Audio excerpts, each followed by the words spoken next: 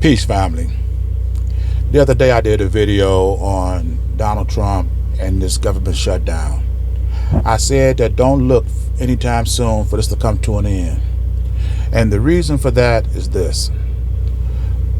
Around October 15th, they asked Donald Trump about the upcoming ending of the tax subsidies that's funding the Affordable Health Care Act, SNAP benefits, and other social programs, and what was his concern about it.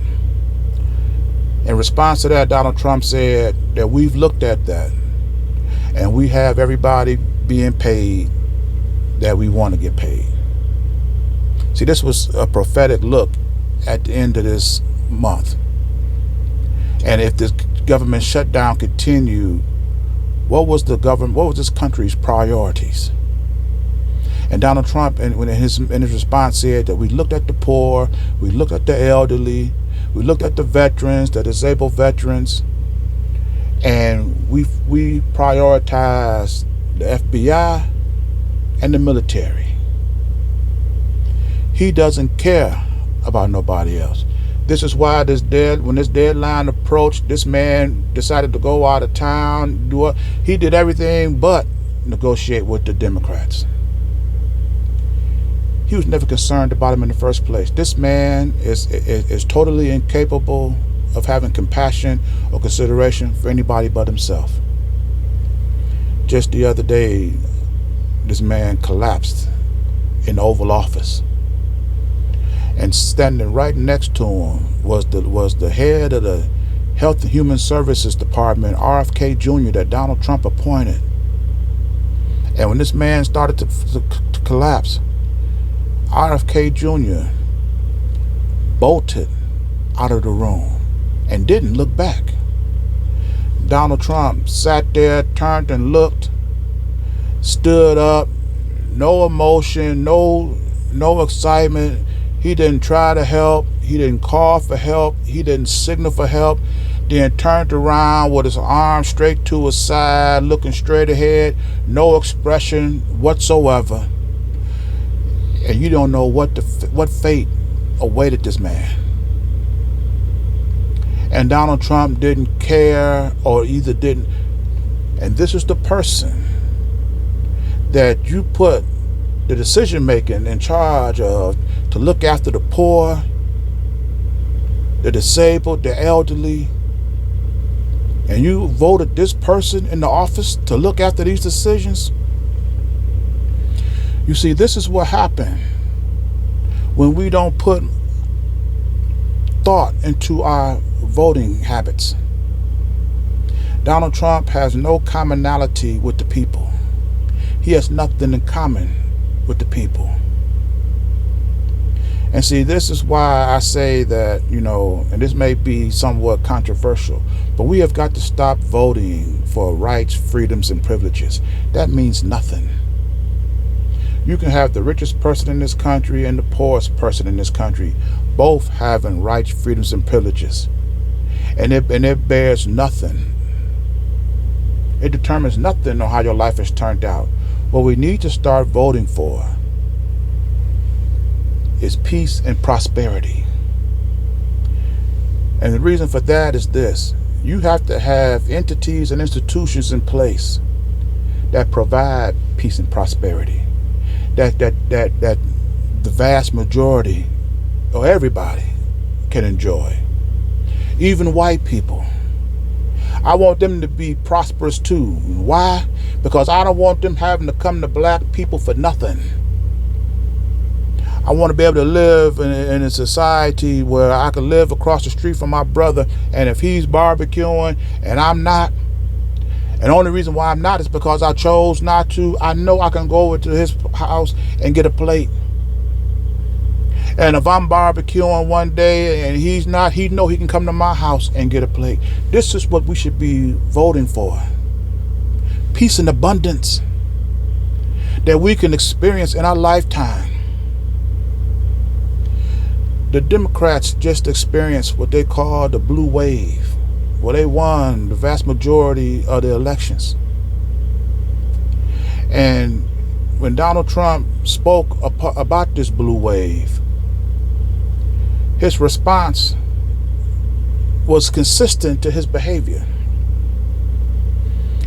Instead of negotiating or having a desire to negotiate, or he said, he's the deal maker, making a deal with the Democrats. He wants to get rid of the filibuster so that he don't have to negotiate with the Democrats. You see, this is what happens when you vote for a caricature of a person as opposed to the actual person. Because, see, in Donald Trump's private life, he carried no commonality with the people. He carried no moral consistency, no attributes that would lead you to believe that he was a candidate for all the people. And the only business acumen that he really projected is what he had on his television show. And you voted for Donald Trump based on that. And what happened was the person that appeared on the TV show didn't show up. Not the savvy, clever, suave. The real Donald Trump showed up. And now we're stuck with it. So Democrats, if you want this blue wave to continue, you better be about your business and delivering to the people tangibles that they can see and experience and feel in their pockets, and put them in the culture where when they go out they can have jobs that's offering livable wages, an affordable cost of living. They can live in communities where they can send their children to schools to get a quality education. Things that we can enjoy right now that'll inspire and motivate our children to want to participate when they get older. Donald Trump is here legislating for the millionaire and billionaire class, period. These people are sending him gifts so he can build a ballroom based on his performance. When was the last time the poor sent the president a gift on how well the government is treating them? When was the last time they've done that?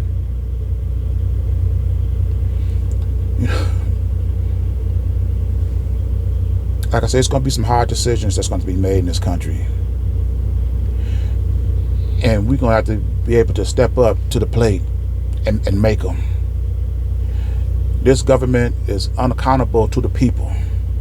How on earth this government can be in shutdown for 40 days or so, and you got vital services that's addressing the needs of the poor, the handicapped, the disabled,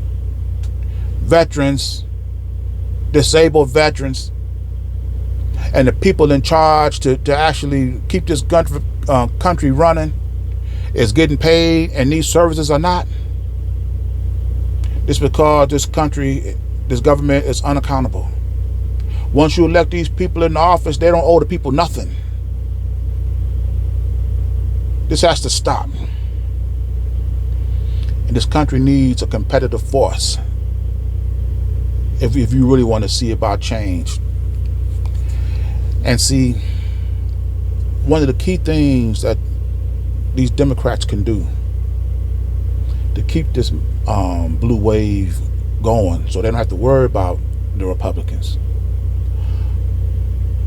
offer the people a new version of single-payer health insurance, create a private or whatever universal health care, so when people get sick they can afford to go to the hospital. Make the health of this people a right, and not have our rights, freedoms, and privileges be limited to the interpretation of whoever is enforcing it. This is why we got to stop voting for hopes and dreams and start voting for tangibles and proof that you can see and touch and experience yourselves. I'm going to end this video here.